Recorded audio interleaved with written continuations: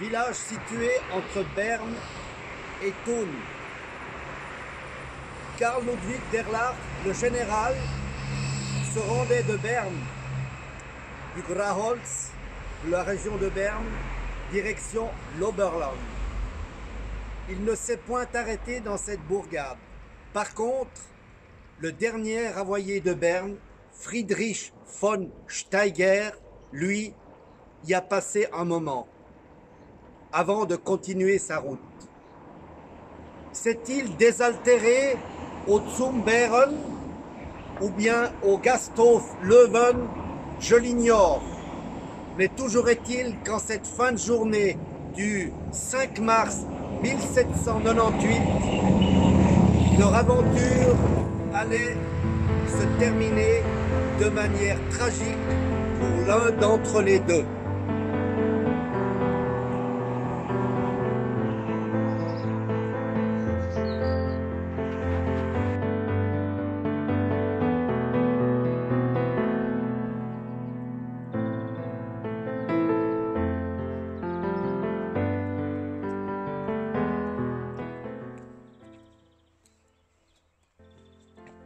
Je me trouve dans le cimetière d'une bourgade du canton de Berne, Wistrach, qui est située entre Berne, Münzingen et Thun.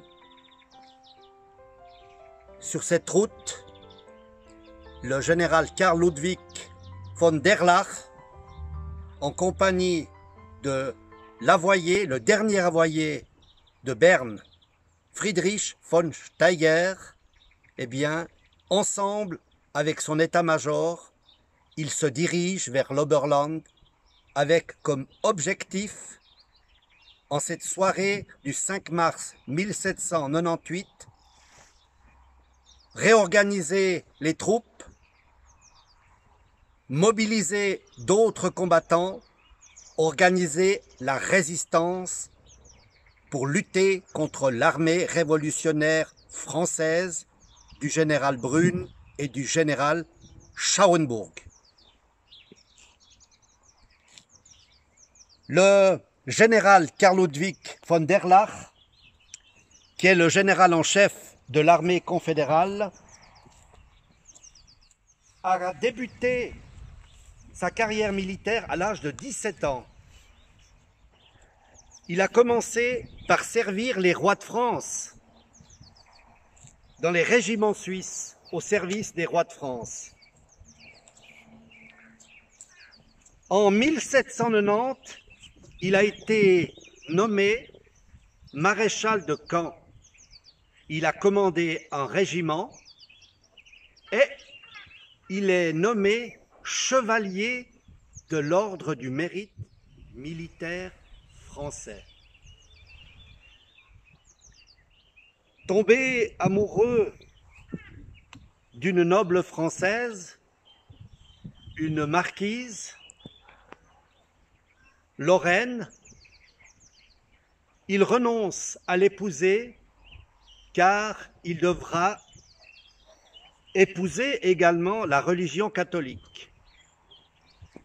Il rentre au pays et il épouse Johanna Margherita von Muralt, avec qui il aura 2 enfants.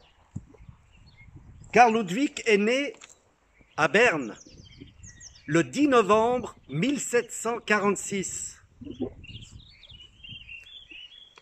C'est à Wistrach, à l'âge de 51 ans, qu'il sera assassiné par ses propres troupes.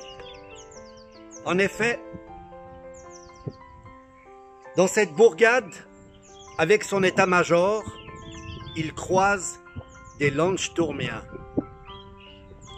et ils reconnaissent le général. Et tout de suite, certains qui sont enivrés et révoltés contre les trahisons et également le comportement des politiciens bernois qui ont opté pour la compromission et la capitulation, sont énervés. Et tout d'un coup, au milieu de ces Landsturmiens, on entend des cris de certaines femmes qui ont rejoint ses troupes.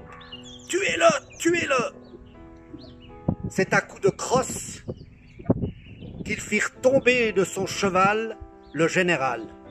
« Achevez-le » Et c'est à la baïonnette que certains de ces Landsturmiens ivres et encouragés par quelques folles vont tuer ce général qui sera jeté sur le bas-côté de la route.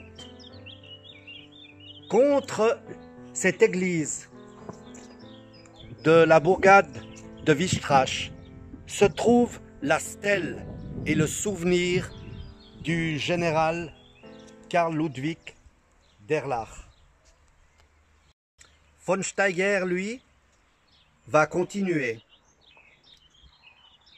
Il va éviter de peu à l'assassinat. Et il verra très attristé, révolté et certainement apeuré le corps de son ami sur les bas-côtés de la route de la commune de Wistrach. Von Steiger va par la suite aller en Allemagne où il va organiser et continuer le combat. Il va retrouver là-bas Bachmann,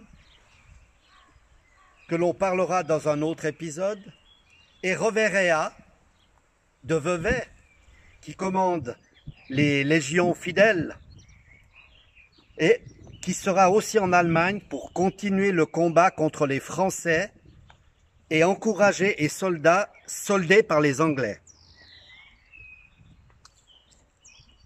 Berne, la capitale, la fière capitale.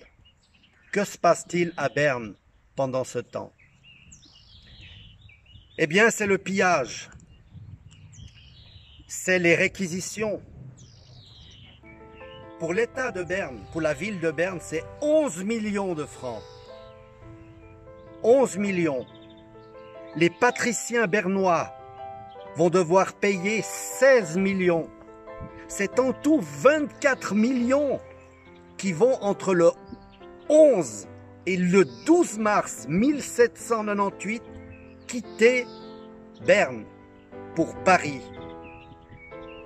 Une partie de cet argent, de cette argenterie volée également, va servir à financer la campagne d'Égypte du futur empereur Napoléon, qui est Bonaparte. Et c'est 60 000 fusils, c'est 431 canons qui seront emportés. Ultime humiliation, Schauenburg, pour se moquer des Bernois, va embarquer les ours de la fosse aux ours et y laisser un ourson mort-né que nous retrouvons d'ailleurs empaillé au musée d'histoire à Berne.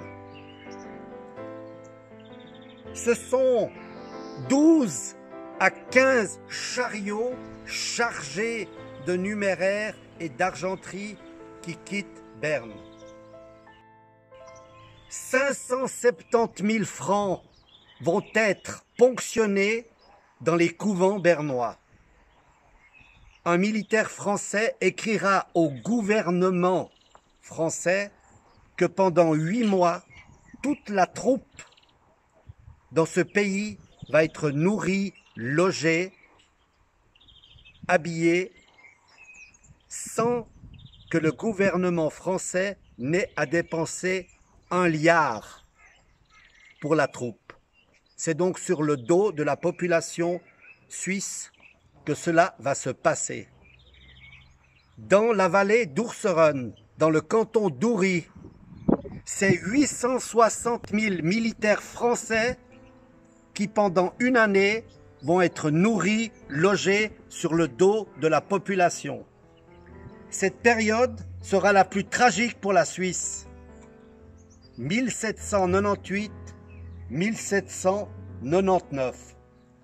J'aimerais ici, à Wistrach, rendre les honneurs au général Karl Ludwig von der Lach et à sa foi en son pays et pour le combat qu'il a livré, tristement assassiné par les siens, qui croyaient qu'on les avait trahis alors qu'il n'en était rien.